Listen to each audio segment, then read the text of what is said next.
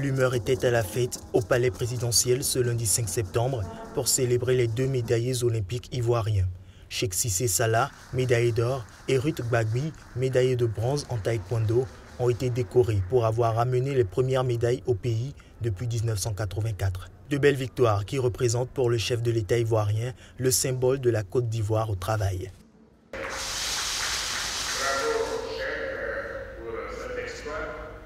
D'avoir laissé notre pays sur la première page du podium olympique. C'était un grand moment d'émotion. Vous avez fait vibrer notre hymne national dans l'ancienne tradition olympique, dans le ciel du Brésil. Quelle fierté. Merci. Merci à toi. Merci à toi, cher. Selon le président ivoirien, aux côtés des footballeurs Didier Drogba ou encore Yaya Touré, Cheikh Cissé Salah, le médaillé d'or en taekwondo, est désormais un modèle pour le pays tout entier pour avoir accompli un exploit jamais réalisé depuis 32 ans. Un rôle que le nouveau héros est prêt à assumer. On a été soutenu, l'État a fait ce qu'il pouvait et pas seulement l'État, les athlètes aussi pouvaient faire ce qu'ils pouvaient. J'ai donné l'exemple, il ne faudrait pas seulement attendre le gouvernement, l'État, il faut d'abord faire un effort de soi-même et c'est ce que j'ai fait et ils l'ont compris et voilà les résultats qui suivent. Je dois redoubler d'efforts pour améliorer la couleur de ma médaille.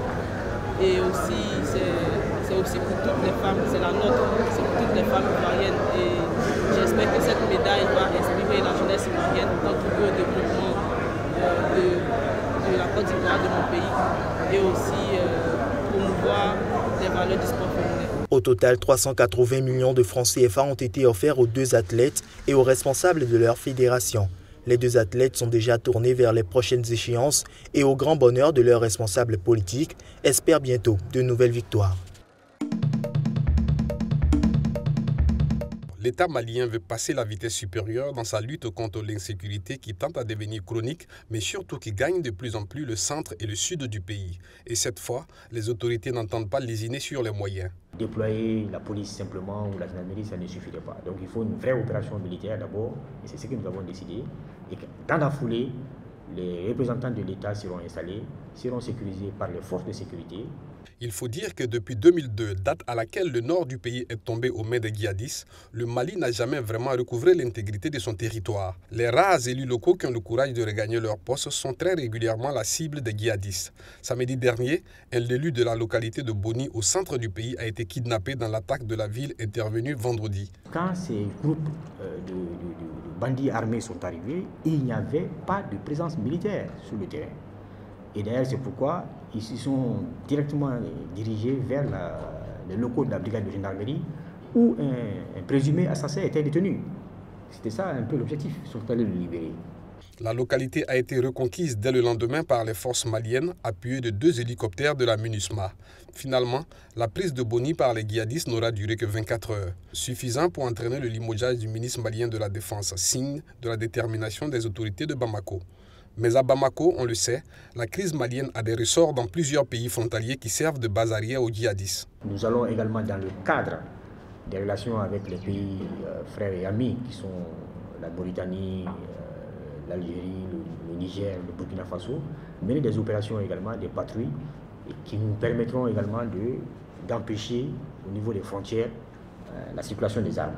Suite à l'attaque de la base militaire de Nampala intervenue le 19 juillet et qui avait fait 17 morts, 37 blessés et 6 disparus parmi les soldats, le président Ibeka avait réclamé avec insistance des moyens aériens.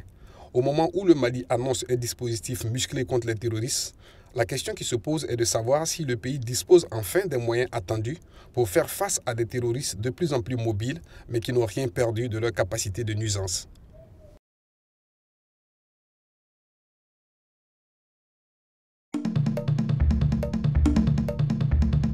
Va-t-on vers une résolution du mystère du vol MH370 de la Malaysia Airlines? Les autorités mozambicaines ont présenté lundi à Maputo 3 débris d'avions retrouvés ces derniers mois sur la côte du pays et qui pourraient appartenir à l'appareil disparu il y a 2 ans.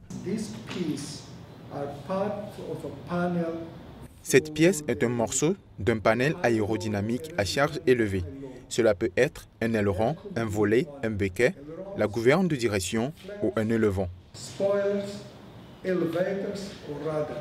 Les 2 plus petits morceaux ont été retrouvés par le fils d'un diplomate européen, plus au sud, près de la ville touristique de Cessé, et apportés aux autorités le mois dernier. Le morceau le plus grand, de forme triangulaire, rouge et blanc d'un côté et métallisé de l'autre, a été découvert fin août par un hôtelier sud-africain près de Morumben, dans le sud du pays.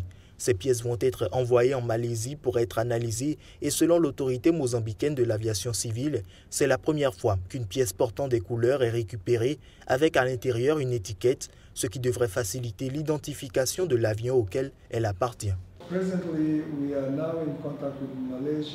À l'heure actuelle, nous sommes en contact avec le ministère malaisien des Transports.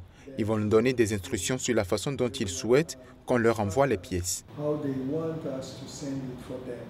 Le Boeing 777 de la compagnie aérienne malaisienne s'était volatilisé le 8 mars 2014 avec 239 personnes à bord, peu après son décollage de Kuala Lumpur à destination de Pékin et se serait abîmé dans l'océan Indien.